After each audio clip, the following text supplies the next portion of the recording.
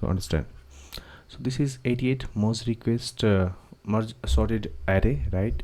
Means we have given two array, we have given, that is nums1 and nums2, and there is a sorted non-decreasing order, right? And two integer m and n we have given that represent number of elements in nums and nums2. For the example, we have given nums1 and nums2, as well as we have given m and n that represents its element in the array.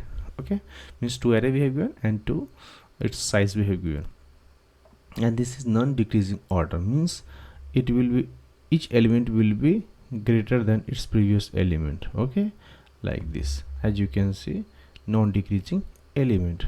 Okay, now it is saying that merge nums1 nums2 in a single array sorted in non-decreasing order, means you have to merge both array into single sorted array. Okay, so the final sorted array should not be returned, but instead of stored inside the array nums1. Okay, so it is saying that the final sorted array should not be returned by the function. Okay, but instead of the stored inside the array nums1, means we have to return array nums1 only instead of stored inside the array. To accommodate this, num1 has a length m plus n, and the first m element denotes the element that should be merged, and the last n elements are set to 0, so should be ignored, right? So nums2 has a length of n. Got it? Means it is saying that we have given this array, and the next three elements as we have given here is 0, because we have the nums2 element 3 that can come and can store here, right? So they have given in such a way m plus n, we have given the size in the nums1. So if you'll talk about this whole size, this is nothing but not em, but this is m plus n. So m is for these elements and n is for these elements. Okay, I think you got me, right? How to do that, that we will understand now. So the element we have given, right? So in the num, let's suppose we have given element 1 2 and 3, right? And 3 0 we have given. Okay, so this is nothing but your array, right? So it will look like, if you will represent in our understanding 2D array, so this will look like this one, right? And another element we have 2 5 and 6, right? So if we will compare these two element, this element and this element, right? So what will happen, 1 and 2, which one is less? 1 is less 1, so it will remain here only.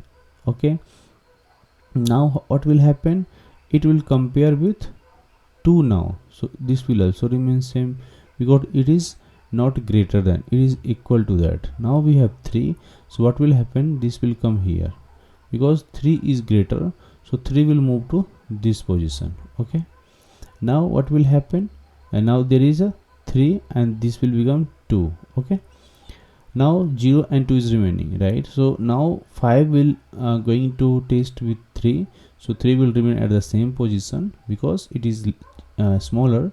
So now 5 will come here and it will store here. Okay, so this is also done after comparing this one. Okay, now there is a 6 element, right? So it will compare with 5.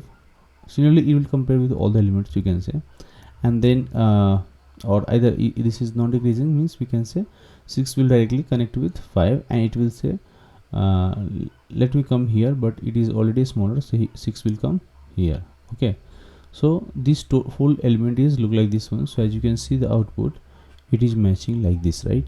So the array that are given, the array that we have given are merged now, right, in the array 1, and this is your element is coming from nums1. Okay, I think you got me. Okay, now similarly these are the examples we have given. Pause this example video and do the hands-on. Okay, so these are constants we have as per the example that we have given, right? Now coming to the solution, how we will implement this one, right? So what we will do, first make a for loop starting with I equal to 0 and I should be less than n and I plus plus. Okay, now what we have to do, I plus m if we'll do, then we will store there. Okay, and after adding that we can do the sort. This is a very simple way. What I am doing here, actually we know that first three element is there, 1 3 1 2 and 3 is there, and 0 0 0 are left, right? So now what we have, 2 5 and 6 are the element in the nums2 we have given, right?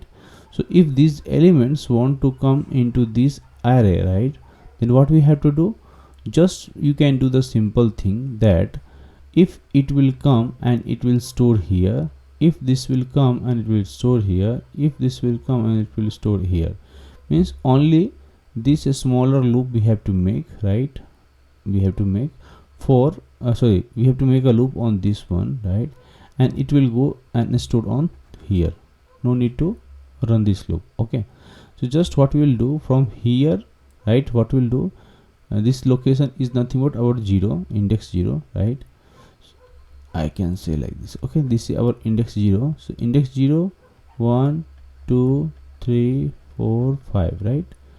And if I is 0, then what we'll do, I plus m, right? So this is 0 1 2. Let's suppose this is the loop we are talking about. Okay, so from this 0, if we'll do plus m is what, 3. So 0 plus 3, let's suppose we are talking about 0 plus 3 is nothing but what, 3. Okay, so which direction we have to do, add at this position, right?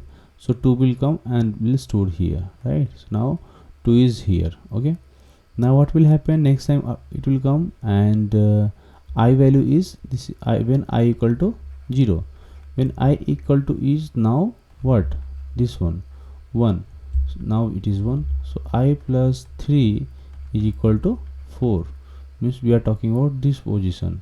So here will come what, 5 will come and it will store here. Okay, now I equal to come what, 2. So now 2 plus 3 is what, 5. So this will become this one, so it will become here, right? And then what will happen, 6 will come here like this, 2 5 6, right? So this is your answer.